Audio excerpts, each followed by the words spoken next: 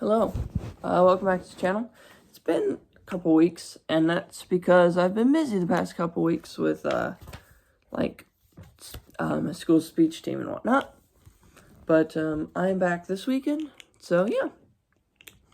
I'm gonna go ahead and start with the sentence on the prior page, and, let's begin. So we said, "Let there now be an oath between us, between you and us, and let us make a covenant with you, that you will do us no harm, since we have not touched you, and since we have not done nothing to you, but good, and have sent you away in peace. You are now the blessed of the Lord." So he made them a feast, and they ate and drank. Then they arose early in the morning, and swore an oath with one another. And Isaac sent them away, and they departed from him in peace. It came to pass the same day that Isaac's servants came to him and told him about the well which they had dug, and said to him, "We have found water."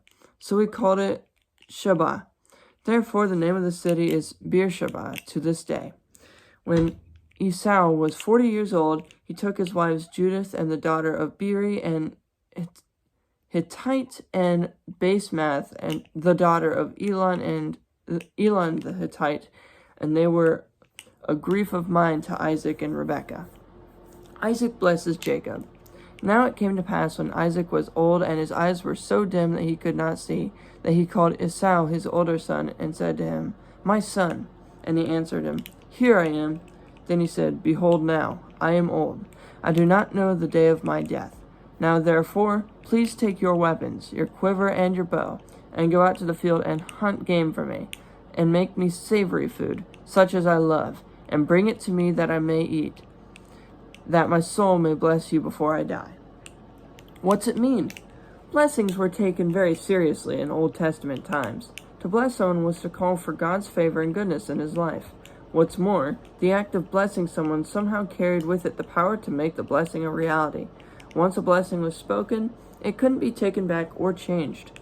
Genesis 27:4. Now Rebekah was listening when Isaac spoke to Esau his son, and Esau went to the field to hunt game and bring it.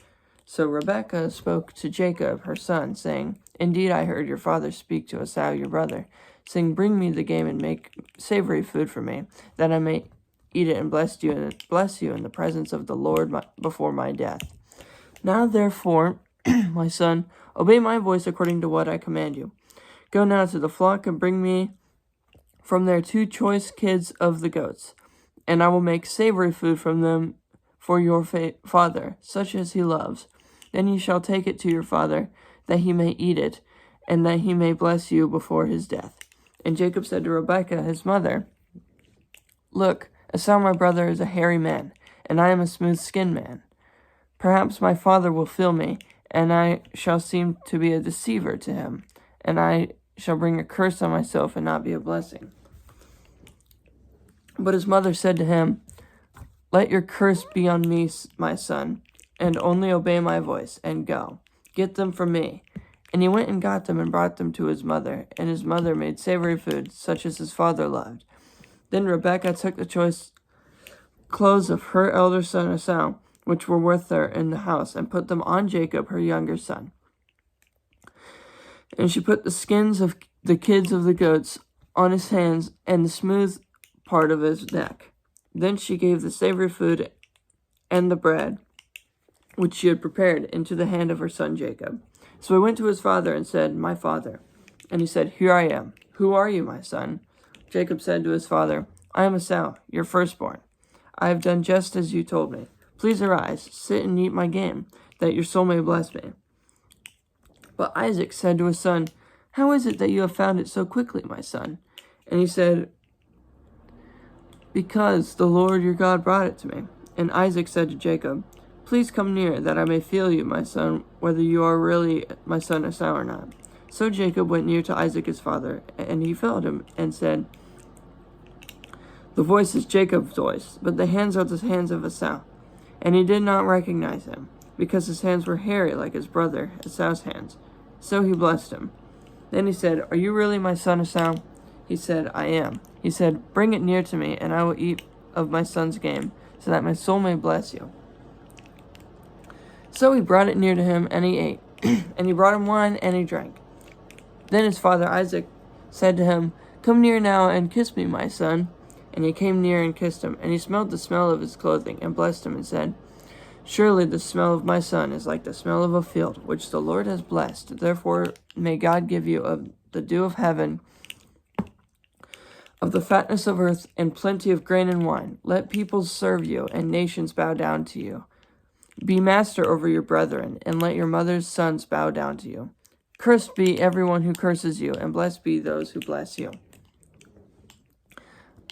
Esau's lost hope. Now it happened, as soon as Isaac had finished blessing Jacob, and Jacob had scarcely gone out from the presence of Isaac his father, that Esau's brother came in from his hunting. He also had made savory food, and brought it to his father, and said to his father, "Let my father arise and eat of his son's game, that your soul may bless me." And his father Isaac said to him, "Who are you?" So he said, "I am your son, your firstborn, Esau." Then Isaac trembled exceedingly, and said, "Who? Where is the one who hunted game and brought it to me? I ate all of it before you came, and I have blessed him, and indeed he shall be blessed." When Esau heard the words of his father, he cried with an exceedingly great and bitter cry, and said to his father, "Bless me, me also, O my father."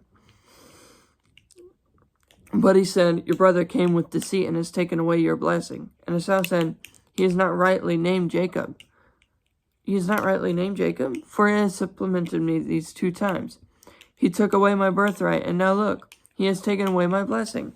And he said, "Have you not reserved a blessing for me?" Then Isaac answered and said to Esau, "Indeed I have made him your master, and all his brethren I have given to him as servants. With grain and wine I have sustained him. What shall I do for you, my son?"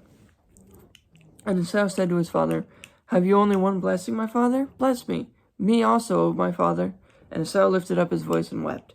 Then Isaac his father answered and said to him, "Behold, your dwelling shall be of the fatness of the earth, and of the dew of heaven from above. By your sword you shall live, and you shall serve your brother. And it shall come to pass when you become restless, that you shall break his yoke from your neck. May God Almighty bless you, make you fruitful, and multiply you, and give you the blessings of Abraham." Genesis 28:3-4. Jacob escapes from Esau. So Esau hated Jacob because of the blessing with which his father had blessed him. And Esau said in his heart, "The days of mourning for my father are at hand. Then I will kill my brother Jacob."